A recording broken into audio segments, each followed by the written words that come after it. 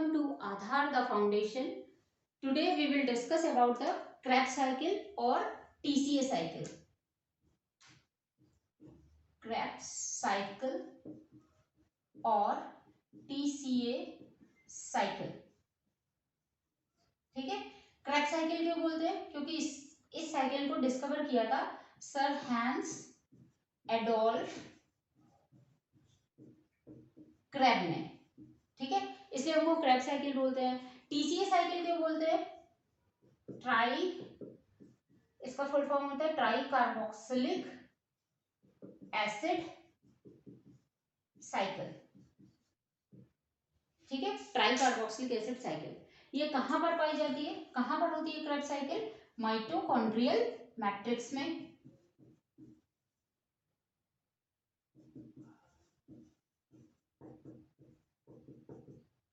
ठीक है, ये साइकिल कहां पर होती है? माइटोकॉन्ड्रियल मैट्रिक्स में. ठीक, क्रेब साइकिल में होता क्या है कि क्रेब साइकिल के पहले हम थोड़ा सा रिकॉल करेंगे ग्लाइकोलिसिस के बारे में, जो कि हमने इसके प्रीवियस लेक्चर में पढ़ा है. तो ग्लाइकोलिसिस में हमने पढ़ा था कि एक ग्लूकोज मॉलिक्यूल से कितने पायरुविक एसिड बन रहे थे?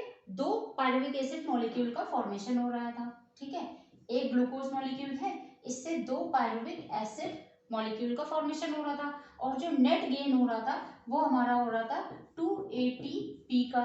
ठीक है, और ये हो कहाँ पे रही थी? साइटोप्लाज्म में हो रही थी. ठीक है, मतलब क्या हुआ, जैसे ये कोई सेल है, ठीक है, यहाँ पे साइटोप्लाज्म है, ठीक, यहाँ पे न्यूक्लियस वगैरह है, वो हमें अभी नहीं बना रहे हैं हम इसको, हम केवल अपने मतलब की चीज देख रहे हैं, क्योंकि हम क्रेब साइकिल पढ़ रहे हैं. तो क्रेब साइकिल कहाँ पर हो रही है ये चीज हम देख रहे हैं. यहाँ पर क्या होगा? माइटोकॉन्ड्रिया होगी. ठीक है, माइटोकॉन्ड्रिया की इनर मेम्ब्रेन कैसी होती है? फोल्डेड होती है. ठीक है, ये हमने बना दी माइटोकॉन्ड्रिया की इनर मेम्ब्रेन. और यहाँ पर क्या होता है? माइटोकॉन्ड्रियल मैट्रिक्स भरा होता है. ठीक है, तो साइटोप्लाज्म में क्या हो रहा है? साइटोप्लाज्म में हो रही है ग्लाइकोलिसिस. ग्लाइकोलिसिस से क्या बने? 2 पायरुविक एसिड के मॉलिक्यूल का फॉर्मेशन हो गया, जब इनकम्प्लीट ऑक्सीडेशन हुआ एक ग्लूकोज मॉलिक्यूल का साइटोप्लाज्म में. ठीक है, तो 2 पायरुविक एसिड बन गए. ऐसा कभी नहीं होता कि पायरुविक एसिड गया और सीधे के सीधे यहीं पर एंटर हो गया. क्यों? क्योंकि जो इसकी मेम्ब्रेन है वो इम्परमिएबल है, इसको इसके लिए वो जाने ही नहीं देगी इसको. ठीक है, तो ये कैसे जाएगा? पायरुविक एसिड को कन्वर्ट होना पड़ेगा एसिटाइल कोएंजाइम ए में. एसिटाइल कोएंजाइम ए में कन्वर्ट होना पड़ेगा, और फिर ये एसिटाइल कोएंजाइम ए प्रोटीन की हेल्प से, ट्रांसपोर्ट प्रोटीन की हेल्प से माइटोकॉन्ड्रिया के अंदर जाएगा और माइटोकॉन्ड्रियल मैट्रिक्स में टीसीए साइकिल में एंटर कर जाएगा. ठीक है, तो ये जो स्टेप है कि पायरुविक एसिड से फॉर्मेशन हो रहा है एसिटाइल कोएंजाइम ए का, ये एक जंक्शन स्टेप है. किसके बीच में? ग्लाइकोलिसिस और क्रेब साइकिल के बीच में. इट इज अ जंक्शनल या junction step between glycolysis and Krebs cycle.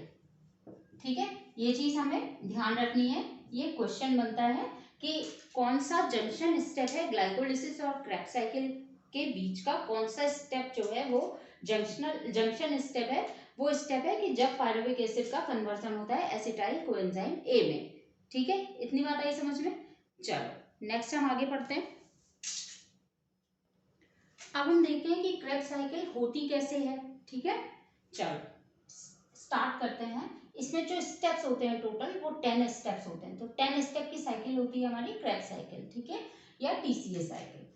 तो सबसे पहला स्टेप है जब पायरुविक एसिड कन्वर्ट हुआ एसिटाइल कोएंजाइम ए में. जंक्शन स्टेप है between the glycolysis and Krebs cycle. इस चीज को ध्यान रखना है, बहुत इंपॉर्टेंट स्टेप है ये. ठीक है, यहाँ पर एक एंजाइम काम करता है जिसको हम बोलते हैं पायरुवेट डिहाइड्रोजिनेज. ठीक है, डिहाइड्रोजिनेज मीन्स क्या हुआ? D means removal. किसका रिमूवल? हाइड्रोजिनेज, हाइड्रोजन का. एज क्या हो गया? एंजाइम की वजह से लगा है. तो यहाँ कहीं पर भी डिहाइड्रोजिनेस कहीं पर भी लगा होगा अगर एंजाइम, तो वो क्या कर रहा होगा, H+ आयन को रिमूव कर रहा होगा, ठीक है। या यहाँ पर फॉर्मेशन होगा, हम ये भी कह सकते हैं NAD+ कन्वर्ट होगा NADH++H+, ठीक है। या हम ये भी कह सकते हैं कि NAD+ कन्वर्ट हो रहा है NADH2 में, ठीक है। तो ये स्टेप बहुत ज्यादा इंपॉर्टेंट है, वेरी इंपॉर्टेंट स्टेप, ध्यान रखना है आपको। देखो अब क्या हो गया, अब एक बार एसिटाइल कोएंजाइम ए का फॉर्मेशन हो गया, तो ये एसिटाइल कोएंजाइम ए एक ट्रांसपोर्टर प्रोटीन की हेल्प से माइटोकॉन्ड्रिया के अंदर चला जाएगा, और माइटोकॉन्ड्रिया के अंदर जब ये जाएगा तो माइटोकॉन्ड्रियल मैट्रिक्स में टीसीए साइकिल में एंटर कर जाएगा, ठीक है। इसको लर्न करने के लिए, क्रेब्स साइकिल लर्न करने के लिए एक फॉर्मूला होता है, इसको आपको ध्यान रखना है, C6 IO alpha S² FMO। अगर आपको ये फॉर्मूला याद हो जाता है तो आपको क्रेब्स साइकिल बहुत ही इजीली याद हो जाएगी, C6 IO alpha S² FMO। अब हम ये देखते हैं कि किस तरीके से ये फॉर्मूला काम करता है, ठीक है, कैसे हम लर्न करें इस फॉर्मूले से। देखो हमने क्या पढ़ा, C कैसे बनेगा, एसिटाइल कोएंजाइम से बनता है साइट्रिक एसिड, मतलब C, ठीक है। सिस, साइट्रिक एसिड से क्या बनेगा, सिस, ठीक है। Citric acid and cis aconitic acid,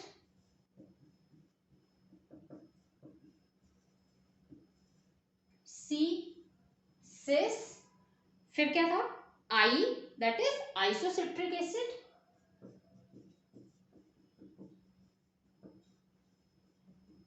C cis IO, है ना। O से क्या बनेगा, oxalo succinic acid,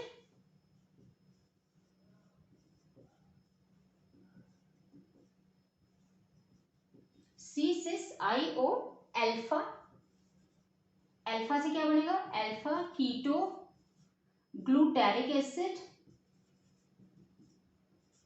alpha keto glutaric acid. फिर है S² मीन्स क्या होगा, S से 2 मॉलिक्यूल्स बनेंगे, मतलब 2 डिफरेंट मॉलिक्यूल बनेंगे। सक्सीनिल कोएंजाइम है,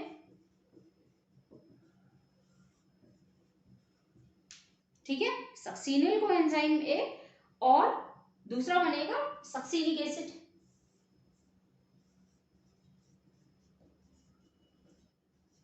succinic acid alpha S², then FMO, F से क्या बनेगा, फ्यूमेरिक एसिड, है ना। M से बनेगा मैलिक एसिड, O से बनेगा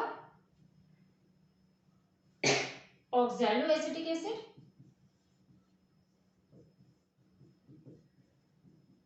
और ये जो ऑक्सैलो एसिटिक एसिड है एसिटाइल कोएंजाइम के साथ मिलकर के बनाएगा साइट्रिक एसिड, ठीक है।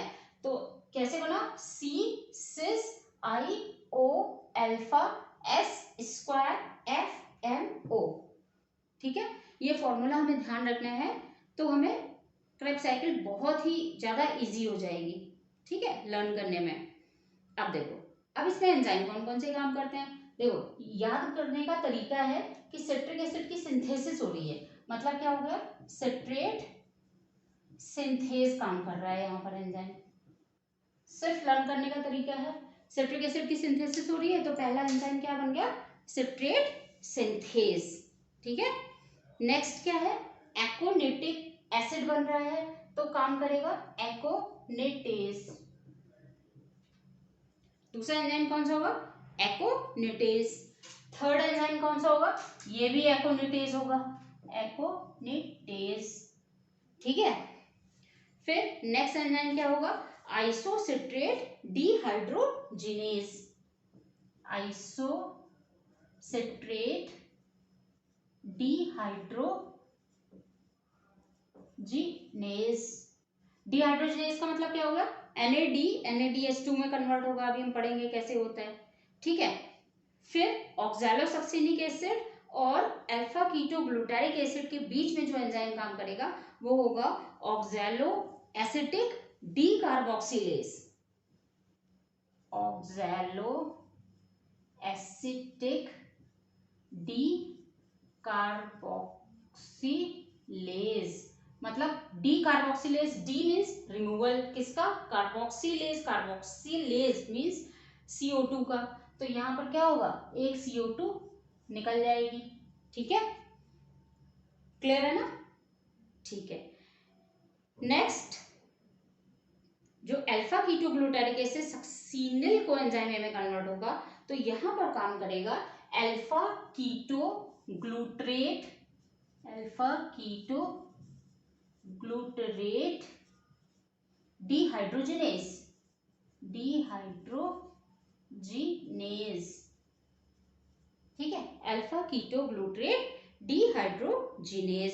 फिर काम करेगा succinyl coenzyme A synthetase, succinyl coenzyme A synthetase, ठीक है, ध्यान रखना है इसको, सिंथेटेज, तो क्या फॉर्मेशन हो गया, सक्सीनिक एसिड का फॉर्मेशन हो गया। अब क्या होगा, सक्सीनिक एसिड से बनेगा फ्यूमेरिक एसिड, ठीक है, तो यहां पर काम करेगा सक्सीनेट डिहाइड्रोजिनेज, सक्सीनेट डिहाइड्रोजिनेज, ठीक है, डिहाइड्रोजिनेज है मतलब क्या होगा, NADH2 में कन्वर्ट होगा, ठीक है। अब फ्यूमेरिक एसिड से बनेगा मैलिक एसिड, तो यहां पर काम करेगा फ्यूमरेज, ठीक है, फ्यूमरेज एंजाइम काम करेगा, क्लियर है ना। फिर मैलिक एसिड से बनेगा ऑक्सैलो एसिटिक एसिड और यहां पर काम करेगा मैलेट डिहाइड्रोजिनेज, मैलेट डिहाइड्रोजिनेज, ठीक है। तो इस तरीके से एंजाइम्स काम करते हैं। अब हम देखते हैं स्टेप कौन कौन से हैं। देखो पहला स्टेप, दूसरा, तीसरा, 4, 5, 6, 7, ठीक है, 8,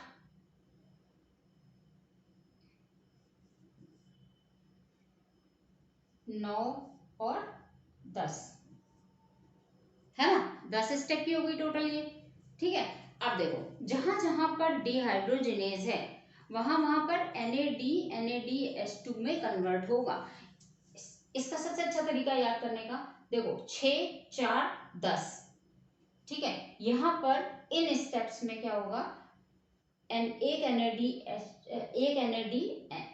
NADH2 में कन्वर्ट हो जाएगा, ठीक है।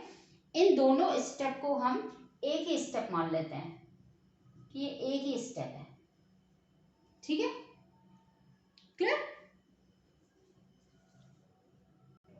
देखो कहां पर NADH2 में कन्वर्ट होगा, 6, 4, 10, 6 और 4 जोड़ो कितना हुआ, 10 हुआ, तो स्टेप 6 में, स्टेप 4th में और स्टेप 10th में, और ये जो पहला स्टेप है ये वाला, यहां पर NADH2 में कन्वर्ट होगा, ठीक है, NADH2, ठीक, यहां पर भी क्या होगा, NAD कन्वर्ट होगा NADH2 में, ठीक है, यहां पर भी क्या होगा, NAD कन्वर्ट होगा NADH2 में, ठीक है। तो 6, 4, 10 स्टेप में 6, 4, 10 और स्टार्टिंग का ये वाला स्टेप, यहाँ पर कन्वर्जन होगा NADH2 में कन्वर्ट हो जाएगा, ठीक है। तो एक NAD जब NADH2 में कन्वर्ट होता है तो कितने ATP निकलते हैं, 3 ATP, तो 3 ATP यहाँ से आएंगे, 3 ATP इस स्टेप से आएंगे, 3 ATP इस स्टेप से आएंगे और 3 ATP इस स्टेप से आएंगे, क्लियर है, क्लियर है कि नहीं, ठीक है। अब जो 7th स्टेप है यहाँ पर क्या होता है, जीटीपी का कन्वर्जन होता है, सॉरी जीटीपी का फॉर्मेशन होता है ना, जीडीपी से जीटीपी का फॉर्मेशन होता है, जीडीपी से जीटीपी का फॉर्मेशन होगा, ठीक है, 7th स्टेप में। अब जो 8th स्टेप है, 8th स्टेप ये वाला, यहां पर क्या होगा, FAD H2 में कन्वर्ट हो जाएगा, ठीक। जीटीपी मीन्स क्या हो गया, एक एटीपी, तो यहां से कितना हो गया, एक एटीपी मिला। FAD जब FADH2 में कन्वर्ट होता है तो यहां से 2 एटीपी का फॉर्मेशन होता है, ठीक है। तो टोटल कितने एटीपी एक पायरुविक एसिड से मिलेंगे हमें, 3 ये 3 3 6 3 9 12 13 14 और एक 15, मीन्स क्या होगा, एक पायरुविक एसिड से 15 एटीपी हमें मिल रहे हैं, ठीक है। अब देखो ग्लाइकोलिसिस में हमने क्या पढ़ा था कि एक ग्लूकोज का जब इनकम्प्लीट ऑक्सीडेशन होता है तो 2 मॉलिक्यूल ऑफ पायरुविक एसिड का फॉर्मेशन होता है, ठीक है। जब एक पायरुविक एसिड का कंप्लीट ऑक्सीडेशन होने में हमें 15 एटीपी मिलते हैं, तो 2 मॉलिक्यूल जब पायरुविक एसिड के बनेंगे तो कितने एटीपी मिल जाएंगे, multiplied by 2, that is 30 ATP. Total कितने एटीपी बने यहाँ पे, 30 एटीपी, ठीक है। अब देखो एक क्वेश्चन तो यही आ सकता है कि किस किस स्टेप में कितने एटीपी निकल रहे हैं, ठीक है। इसका सबसे अच्छा तरीका ये क्या है, 6 4 10 और स्टार्टिंग का, यहां पर NADH2 में कन्वर्ट हो गया, ठीक है। फिर जो हमारा 7th स्टेप था वहां पर क्या हुआ, GTP का फॉर्मेशन हो गया GDP से, और जो हमारा 8th स्टेप था वहां पर क्या हो गया, एक FAD क्या बनाएगा, FADH2। तो जब FADH2 में कन्वर्ट होता है तो क्या होता है, 2 मॉलिक्यूल ऑफ ATP का फॉर्मेशन होता है, ठीक है। देखो और क्या क्वेश्चन आ सकता है ना, कितने मॉलिक्यूल ऑफ CO2 निकलते हैं, तो एक तो यहां पे निकलता है स्टार्टिंग पॉइंट पे CO2, ठीक है। एक अल्फा कीटोग्लूटारिक एसिड के इस तरफ लेफ्ट हैंड साइड और एक निकलता है राइट हैंड साइड, ठीक है। CO2 यहाँ पे निकाल दो, तो कितने मॉलिक्यूल CO2 के निकलते हैं, 3 मॉलिक्यूल, कहां पर, अल्फा कीटोग्लूटारिक एसिड के राइट साइड पे और लेफ्ट साइड पे, दोनों साइड पे CO2 निकलता है और एक निकलता है स्टार्टिंग में। तो ये क्वेश्चन भी आ सकता है, ठीक है। फिर नेक्स्ट क्वेश्चन क्या आ सकता है, कितने कार्बन का कौन सा इंटरमीडिएट होता है, ये बहुत इंपॉर्टेंट चीज है ना। तो हमें क्या करना है, इस पूरी, चलो मैं मिटा देती हूँ थोड़ा सा ताकि आपको थोड़ा सा क्लियर हो जाए। देखो अब हम ये देखते हैं कि कौन सा इंटरमीडिएट कितने कार्बन का होता है, ये भी क्वेश्चन आ सकता है। तो इसमें एक चीज आपको ध्यान रखनी है, जो अल्फा कीटोग्लूटारिक एसिड होता है केवल यही इंटरमीडिएट 5 कार्बन का होता है, ठीक है। बाकी या तो 6 कार्बन के होंगे या तो 4 कार्बन के होंगे, ठीक है, या तो 4 कार्बन के होंगे, क्लियर। एसिटाइल कोएंजाइम है जो होगा वो 2 कार्बन का मॉलिक्यूल होता है, ठीक। पायरुविक एसिड आपका 3 कार्बन का मॉलिक्यूल होता है, ठीक है, 3 कार्बन का मॉलिक्यूल होता है। अब देखो अब हम क्या करते हैं, इस साइकिल को जस्ट हाफ डिवाइड कर देते हैं, ठीक है। जितने भी इंटरमीडिएट इस तरफ हैं वो सारे के सारे क्या होंगे, 6 कार्बन के मॉलिक्यूल होंगे, ठीक है।